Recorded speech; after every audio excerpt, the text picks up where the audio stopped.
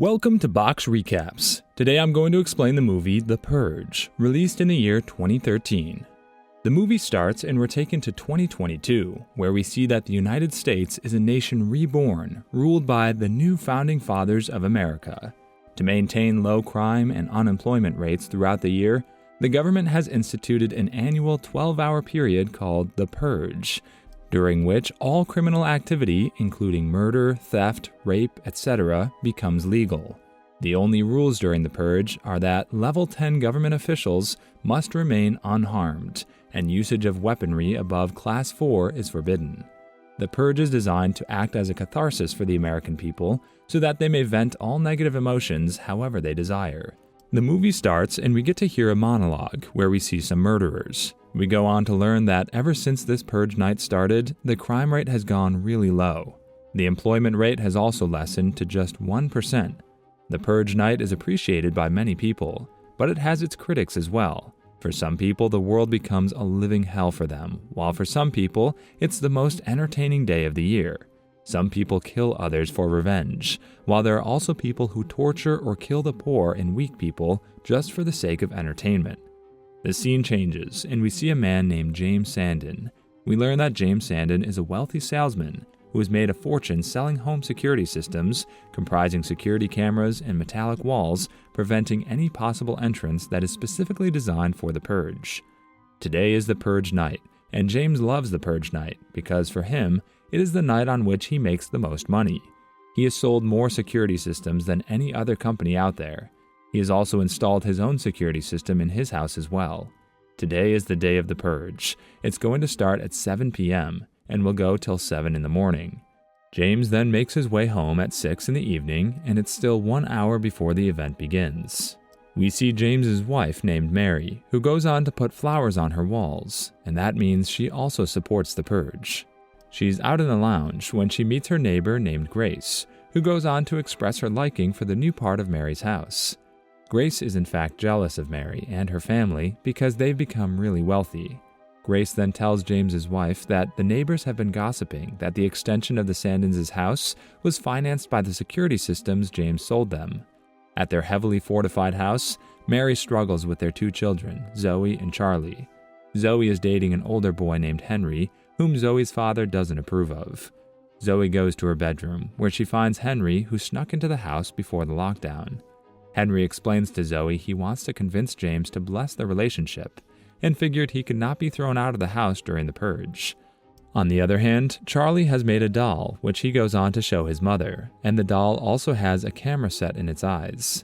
The family of four then goes on to have dinner, and when James sees what time it is, he realizes that just 5 minutes are left before the purge begins. So he goes on to turn on his security system that surrounds his house from all sides. Since he has a company that makes and provides security systems to others, the man himself happens to have the best security system out there.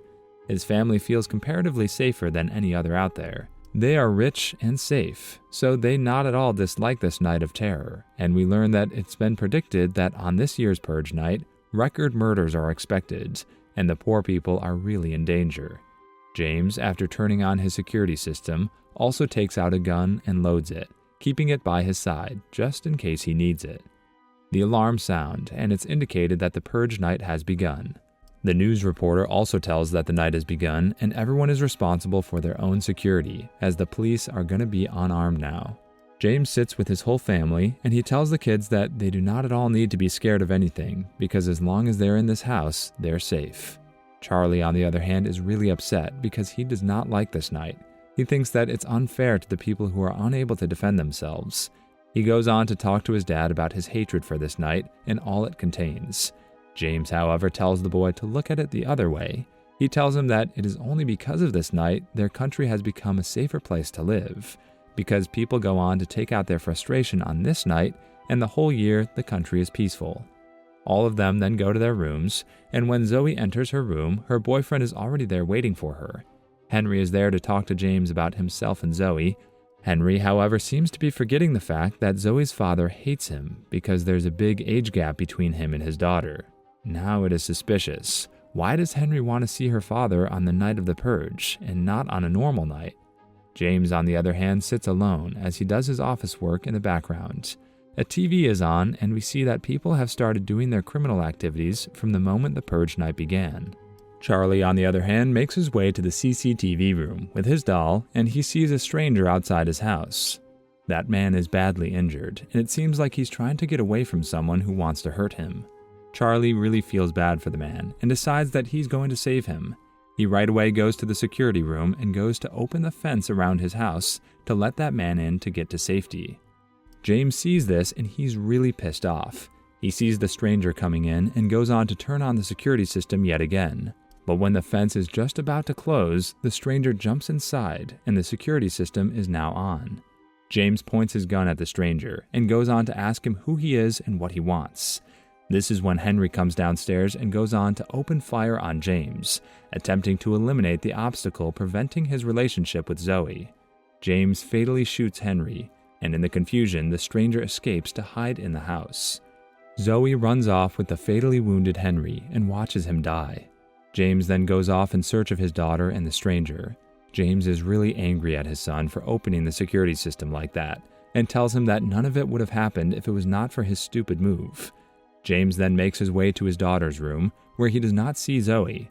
He only finds the dead body of Henry, and is shocked at the realization that he's killed a man. When he sees the CCTV footage of his house, he sees a group of people outside his house. They're trying to get into his house. All of them are fully armed, and they're wearing weird masks as well. These people are well prepared to make the best of this night. One of the men goes on to talk to Charlie. He tells the boy that they're good people who are just there to make the best of this night. They just want to have a lot of fun on one night they get in the whole year. The man tells Charlie that he is tempered with their fun. He should not have done that. He adds that he has something in his house that is theirs, and they want it back. But before that, they tell the boy that they're going to punish him and his family for interfering with their playing thing. He then tells them to right away hand the stranger over to them, or they're not going to take much time taking down the security system. And once they're in their house, they say that they're going to tell the whole family what the purge is actually about, before they threaten to kill them all. Just as they say that, they go on to take out the power in the house, and it's dark everywhere. Mary gets scared and goes on to ask her husband if they're still safe with their security system. James tells his wife that they're safe inside the security system, but in the worst case scenario, these security systems could be breached as well, so he cannot say anything for sure. We see that their power is out, but the security cameras are still working. James tells his wife that these people have a lot of time, and it does not seem like they're going anywhere anytime soon, adding that they can very much come inside as well. He tells his wife that they're going to find the man who's hiding in their house and will give him up to the people outside so that they can leave them alone. Mary and James then start looking for the stranger. Charlie, however, goes on to use his high-tech doll and ends up finding the stranger first. He knows that his parents are going to throw the man out to those barbarians out there who are ready to torture the man, so he takes pity on him and hides the man in his secret room, where he thinks he will be safe as his parents cannot find him there. On the other hand, the leader of the team goes on to threaten James yet again. In the meantime, that stranger ends up finding Zoe and goes on to point his gun at her. He brings her out to the hall where her parents are. When James sees this, he gets pissed and goes on to tell the stranger to let go of his daughter. He then asks the stranger what is it that they've ever done to him. The stranger tells them that they've never done anything to him, and neither does he want to do anything to them. But at the same time, he does know that James wants to throw him out of his house, and this is what the stranger does not want him to do. In the meantime, Mary gets there, and the stranger gets distracted. James goes on to take advantage of this distraction and goes on to pound a vase on the stranger's head. The man is now very badly wounded, and the couple does feel bad for him too, but they have no other choice, as they just want to save their family.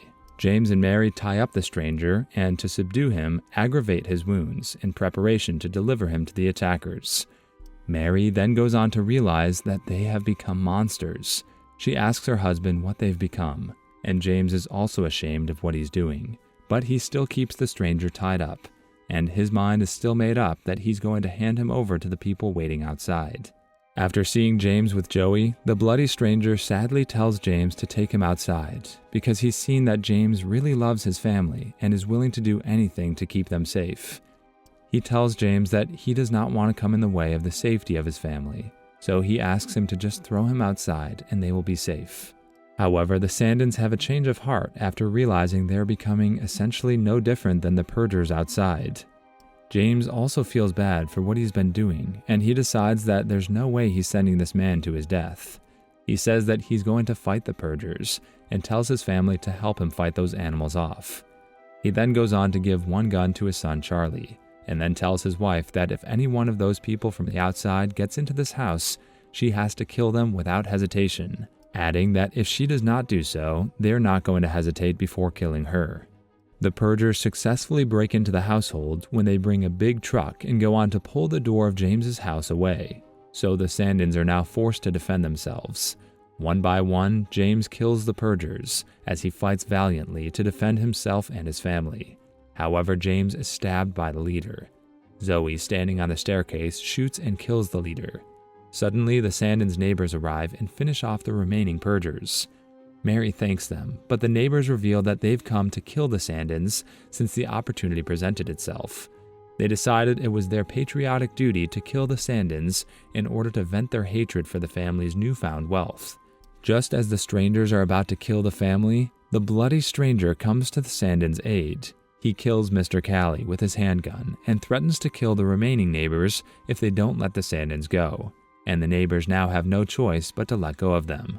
The strangers then make the neighbors stand in a line and go on to ask Mary if she should kill them, but Mary decides to spare her neighbors, as too many people have died during the night, and to not allow them the pleasure of not having to live with the Sandins.